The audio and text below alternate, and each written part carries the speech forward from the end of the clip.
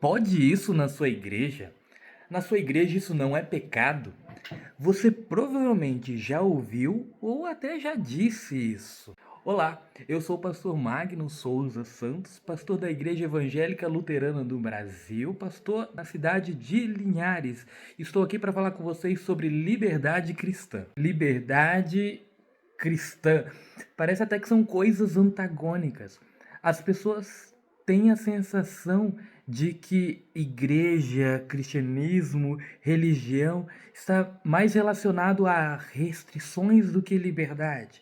Muitas pessoas, inclusive, acham que igreja é lugar de prisão, de restrição, e muitas pessoas, inclusive, saem da igreja em busca de liberdade, de viver em liberdade como se a igreja fosse um lugar propriamente feito para tirar a liberdade das pessoas. Mas por que as pessoas têm esse pensamento? Existe uma visão distorcida onde as pessoas pensam que quanto mais eu me privar das coisas, mais Deus vai gostar de mim, mais eu serei aceito por Deus.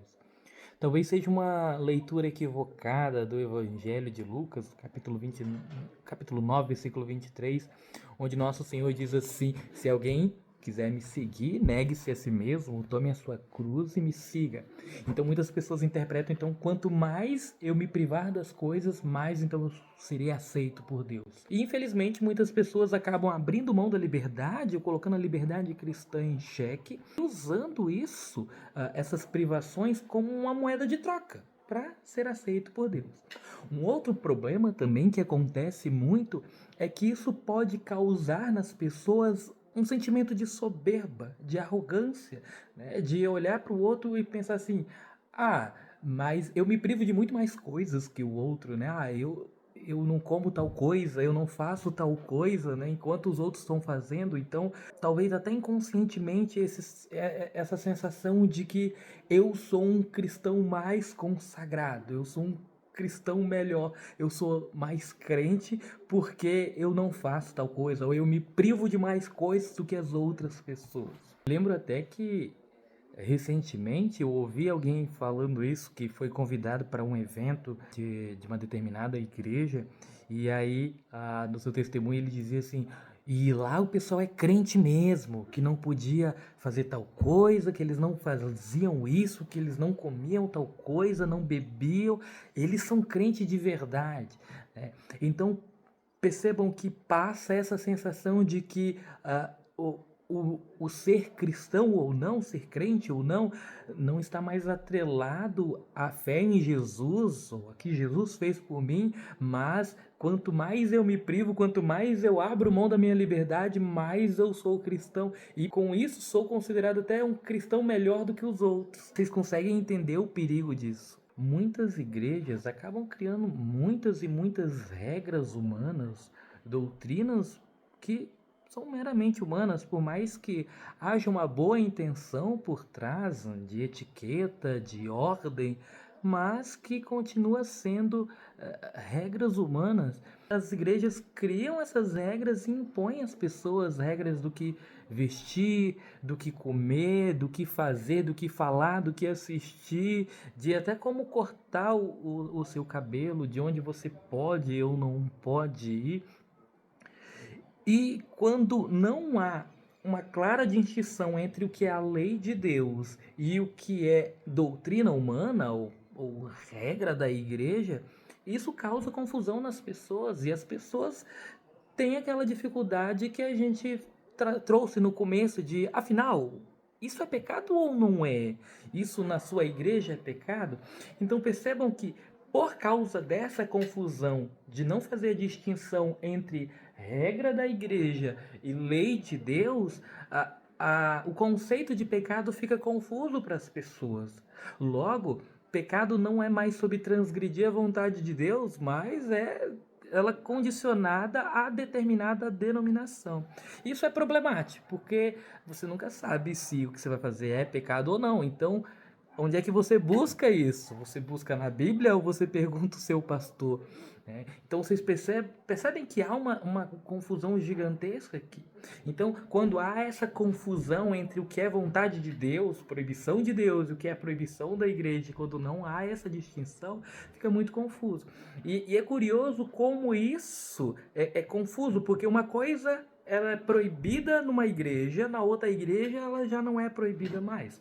Ou ela é proibida, tal pastor disse que não é, mas aí o outro pastor fala que, mais uma vez, confusão. E uma outra confusão também é com a questão da época, né? Porque eu lembro que antigamente tinha igrejas que diziam que não podia assistir televisão, que era coisa do demônio e tudo mais. Mas essas igrejas hoje estão aí todas na internet, usando o celular. Então, o celular é menos pecado do que a televisão. Percebe que o conceito do que é pecado acaba ficando confuso quando não há uma distinção entre o que são regras humanas e lei de Deus. E além de todos esses problemas, tem o problema do preconceito, né? Porque, se tal igreja não proíbe, é porque ela é liberal, não é uma igreja séria. Ou seja, parece que para a igreja ser séria, ela precisa restringir totalmente a liberdade, né? Privar de todas as coisas. Quanto mais privações, mais essa igreja é séria.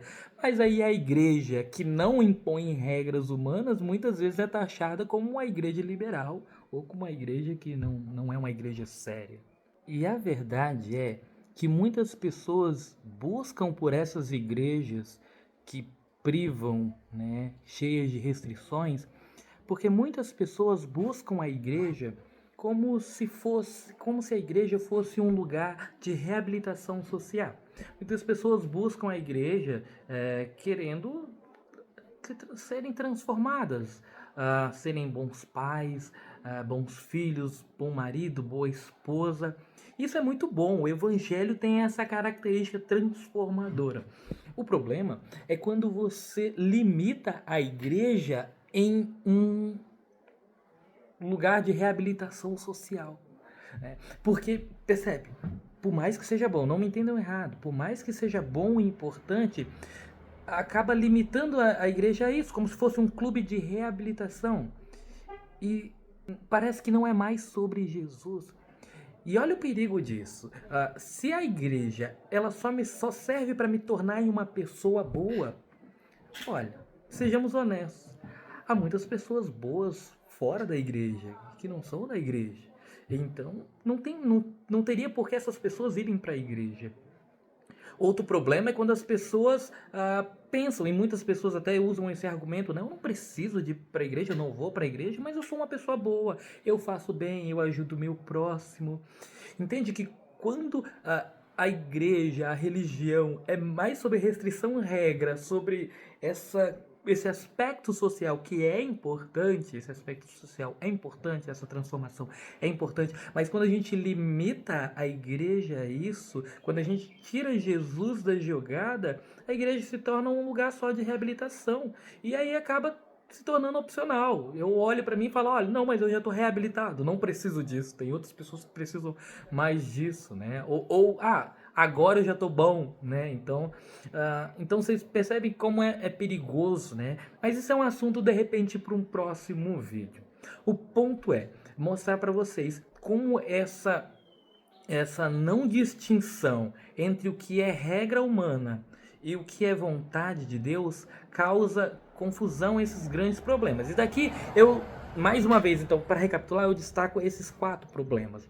O primeiro, então, esse último que a gente falou, né, de limitar a igreja, então, a um clube de reabilitação social, deixando Jesus Cristo totalmente de fora da jogada. Essa confusão na distinção, né, que ninguém sabe o que é pecado, não é? Fica sempre essa confusão. E aí, isso é pecado? Isso é errado? Pode fazer? Né? Depende da igreja, depende do que, né? O que é pecado? É a soberba, né, e a arrogância de achar assim, olha, eu abro mão de mais coisas do que fulano lá, né? Tipo assim, o fulano até é cristão, mas e eu que tô fazendo jejum há um mês e eu que só bebo água uma vez por dia, sabe? Então tem essa sensação de, olha, eu abro mão de mais coisas, então eu sou mais cristão. Ou como a gente comentou antes, né? Ah, essa igreja é uma igreja séria, porque é uma igreja cheia de restrições meramente humanas. Né? Então, pessoas que são obrigadas a abrir mão de coisas que Jesus Cristo nem pediu. E a quarta, que particularmente eu acho que é a pior de todas: pessoas que estão saindo da igreja não por causa de Jesus, mas por causa de regras meramente humanas, impostas por pessoas. Essa coisa de criar regras e impor regras não é algo exclusivo da nossa época. Na verdade, a história mostra que quando o povo voltou do cativeiro na Babilônia, ali na reconstrução do templo, com Esdras e Neemias, a lei de Deus, né, a lei de Moisés, a Torá, ela passa a ter uma centralidade. E naquela época surge então a tradição dos anciãos, onde eles ajudavam as pessoas a interpretar a lei e aplicar essa lei na vida. Também é ali por volta do século II antes de Cristo que surge então o movimento dos fariseus, que eram aquela seita ali mais piedosa e que ajudava a interpretar a Bíblia, o pessoal em volta da lei, mas eles eram tão zelosos que eles criavam cercas em torno da lei. Então, eles ajudavam a interpretar a lei. Então, eles não só diziam não trabalhar no sábado, mas eles definiam o que seria esse trabalhar no sábado, quantos passos podia dar ou não podia dar, né? E com isso eles acabavam criando normas humanas, né, e acrescentando essas normas humanas em torno da lei, e isso era muito imposto, né, nas pessoas, e a gente vê claramente na Escritura Sagrada, como a gente disse antes, essa soberba que eles tinham, não, de achar que, não, como a gente cumpre a lei, né, nós somos então o povo de Deus.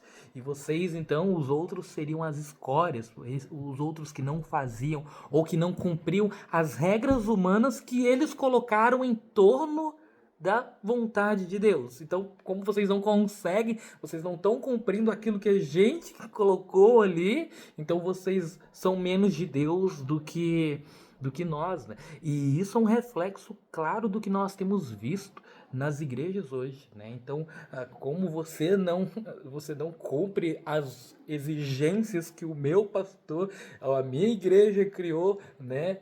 Como você não tem tantas restrições como nós, então vocês não são tão crentes como nós, né? Não são tão cristãos como nós. E quanto a isso, nosso Senhor, ele diz assim no capítulo 7, versículo 13 do livro de São Marcos: vocês invalidam a palavra de Deus por meio da tradição que vocês mesmos transmitiram.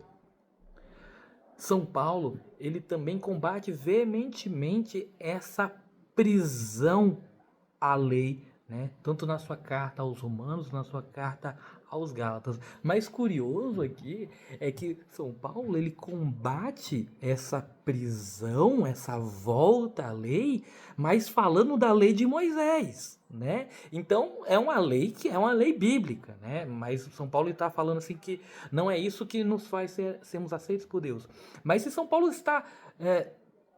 ele está combatendo essa prisão à lei de Moisés, imagina o que ele diria a essa prisão que as pessoas têm em torno de leis meramente humanas, que nem são lei de Deus. Entendem o problema?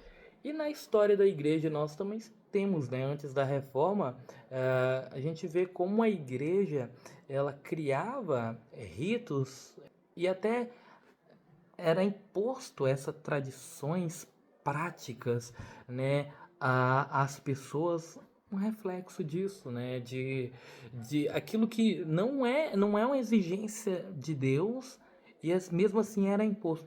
Então vocês percebem como o povo de Deus sempre sofreu, né, essas imposições, né, desses fardos que eram impostos ao povo, né, como até hoje é, de coisas que nem nem sequer são pedidos ordenados por Deus.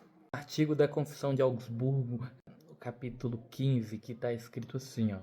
Também se ensina que aquelas tradições devem ser observadas que possam ser guardadas sem pecados e que contribuam para a paz e boa ordem na igreja, como determinadas celebrações e festas. Entretanto, se tais tradições forem postas como necessárias para a justificação, então não convém observá-las, pois isso obscurece o Evangelho e introduz a ideia de que somos justificados por observâncias externas e não pela fé em Cristo. A liberdade que Cristo havia conquistado estava sendo deturpada e era entregue aos cristãos, mas cheia de condições humanas. E isso então foi combatido por Lutero. Mas afinal, o que é pecado e o que não é pecado? O que eu posso fazer dentro da minha liberdade cristã? Querido, para você que está até agora nesse vídeo, obrigado pelo carinho. A verdade é que o pecado é tão somente a transgressão da vontade de Deus. E a vontade de Deus, ela é revelada na Escritura.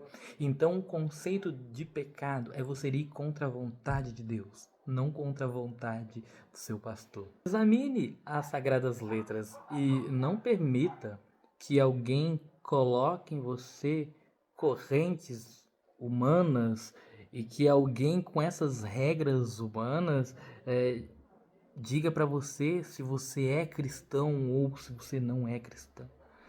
Se a palavra de Deus não diz que é pecado, a palavra do seu pastor não pode estar acima da palavra de Deus. E de tudo isso, se eu pudesse te dizer uma coisinha para você levar de tudo isso que a gente disse aqui, eu te diria que não é o que você faz ou deixa de fazer que te torna aceitável a Deus. Nós não somos aceitos por Deus por causa das nossas restrições, privações, por causa daquilo que a gente faz ou deixa de fazer, mas nós somos aceitos por Deus por causa de Cristo. Somente por causa de Cristo nós somos aceitos por Deus, pelos méritos de Cristo, não pelos nossos. Por estarmos unidos a Cristo, somos aceitos por Deus. E é claro, liberdade cristã não é pretexto para uma vida de pecado. O que é pecado, te afasta de Deus, te leva para condenação. Então, se você está procurando uma igreja onde você pode viver uma vida de pecado sem cobrança e sem exigência, isso é certamente um problema. Pecado é pecado e não foi para isso que nós fomos libertos. Assim, São Paulo escreve na carta aos Gálatas: Cristo nos libertou para que sejamos realmente livres. Então, Cristo tira de nós todas as correntes, Cristo quebra essas correntes, Cristo nos torna realmente livres. E dentro dessa liberdade, eu tenho a liberdade, inclusive, de não usar tal roupa, de não consumir tal produto, desde que eu entenda que não é isso que me faz ser aceito por Deus. E desde que eu também não tente impor isso ao meu irmão, como se ele fosse menos amado por Deus por não cumprir essas restrições. Somos libertos por causa de Cristo. Somos aceitos por causa de Cristo. No fim, tudo foi e tudo sempre será sobre Cristo, aquele que nos libertou. E esse mesmo Cristo nos chama a viver essa liberdade cristã na nossa família, no nosso lar, no nosso trabalho, onde Deus nos colocar. É isso. Boa noite para quem estiver assistindo de noite. Se você estiver assistindo em um outro horário, bom, você é livre para assistir a hora que você quiser.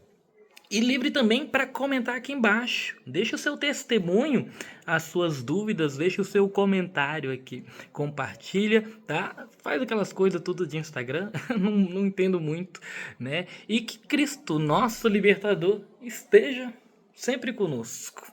Ele com certeza está no meio de nós. Amém.